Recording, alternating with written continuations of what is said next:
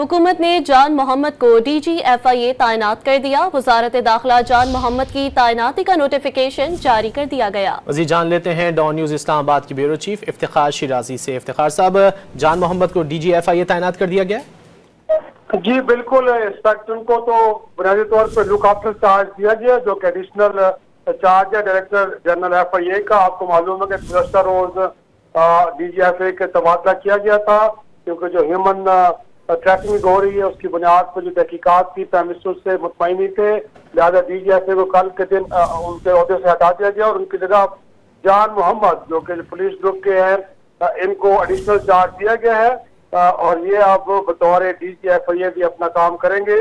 ये अब तक की जो ताज़ा तरीन नोटिफिकेशन है जिसमें कहा गया है कि अब जान मोहम्मद जो पुलिस ग्रुप के सीनियर ऑफिसर हैं वो बतौर DGFIA additional look after charge के तौर पर वो काम करते रहेंगे। जी बहुत शुक्रिया इफ्तिखार शिराजी इन तफसीलात के लिए।